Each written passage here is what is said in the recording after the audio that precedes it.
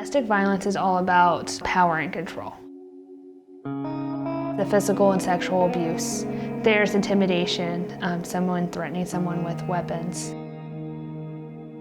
When I was 9 years old, I was sexually molested by a friend of my dad's, and my parents had actually left me go with him, which was stupid of them. They should have never did that. So I went with him, and he actually started doing things to me that I didn't like, and I kept telling him no, kept telling him to stop, and he wouldn't. So then I was like upset about it and everything. I was scared, and he wouldn't let me go home, but let me go back home. So eventually when he did leave me to go back home, I had told my sister about what had happened. And then she went and told my dad what happened, and that's when everything went downhill. So we went to court for it and everything, and I wouldn't get up and testify because I was so scared. I didn't know what to say, so they couldn't do nothing about it. They couldn't put him in jail or anything. He was in his 50s, and I was only 9.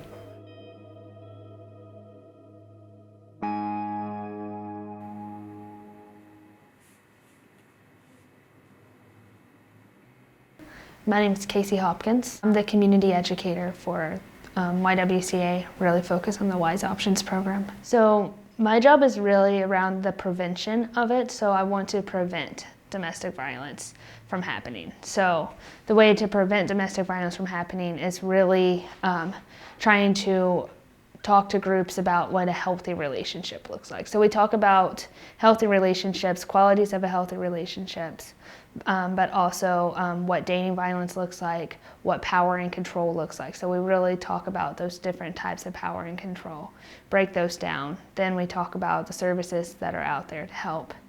And the most important thing is always discussing that it's never the victim's fault, so that there are services like ours who will believe someone's story. That table was our Remember Their Name table, and those are those who have lost their lives to domestic violence. My name's Erin Butler. My position at the YWCA is lead advocate. I oversee medical advocacy, legal advocacy, and victim advocacy as the legal advocate here. Every client that we have come here, their needs are different. And so what we try to do at the YWCA is make sure we have all the areas of needs covered. Somebody might need counseling, somebody might need group therapy, somebody might need just a safe place to sleep. We like to make sure that we can cover everybody's own version of their own trauma. I was homeless because where I was living with my ex-boyfriend, and he was getting evicted, so I had to find a place because I didn't want to be on the street with my daughter and I. So at first I went to Saving Grace, stayed there for a while, then I had filled an application out over here, and then that's when I had gotten it over here.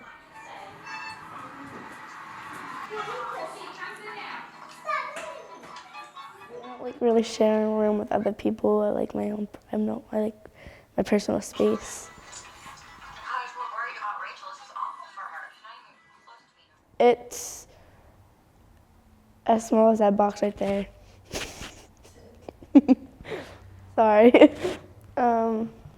It's only like, I don't know. It's like really small though. You could barely even walk around in it, especially when the pull-out bed comes out.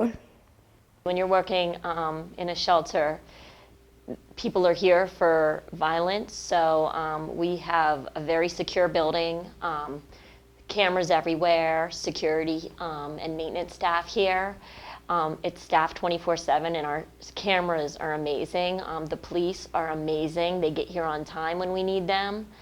So we do have a very safe building. We have in-house clients as well as clients who we see that do not live here. So personally, I see probably 3 clients a day who are interested in protection from abuse orders. And there's other staff who also see clients who are in need of protection orders. So I'd say total per day, on average, we see about 8 to 9 clients a day who are interested in protection from abuse orders. Oh, my childhood was very rough. My parents were separated when I was 2 years of age. Yeah, I was abused most of my life. My mother began abusing me since I can remember, childhood on up. I don't think well, let's just say the last time she laid a hand on me, I was 17. And that's when I went back to pick up a few of my things, and that was the last time she touched me. My mom just started, because I was so much looking like her and acted like her in my childhood that she just felt, I was her human punching bag for some reason. I would just, there was many times when I was younger, I'd wish I'd die because she was always going to hit me that night. And I was right. She always was wailing on me. None of my other siblings. It was always me. I swore to myself I was never going to be her. I've never laid a hand on my children. I never swatted them. When I was correcting them, they did time out, or all I'd have to do is look at them in a mean look, and they knew Mom meant business. So that was a promise to myself and my children. I would never lay a hand on them. Never had to. Back in 2014, I was arrested for selling heroin. I knew eventually something was going to happen. I mean, I wasn't stupid. I knew eventually it was going to catch up to me. But I felt I did what I had to do at that time for my family. I mean, I did it for my children. I would have never just gone out and just stole it for the kicks. I did it for my children. And what had happened is my daughter actually sold to a DEA agent. And yeah, we ended up going to jail together, me and my daughter. And we went to court, and I ended up taking all the charges for her because she had a small child, my grandson. Over here, you're more independent. When you get released from jail, they send you to an organized program like the TLC that's here in this town. I mean, they did your job, but you had to do everything with a bunch of women.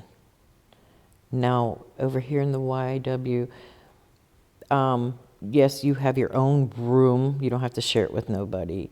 And it was just I was more independent.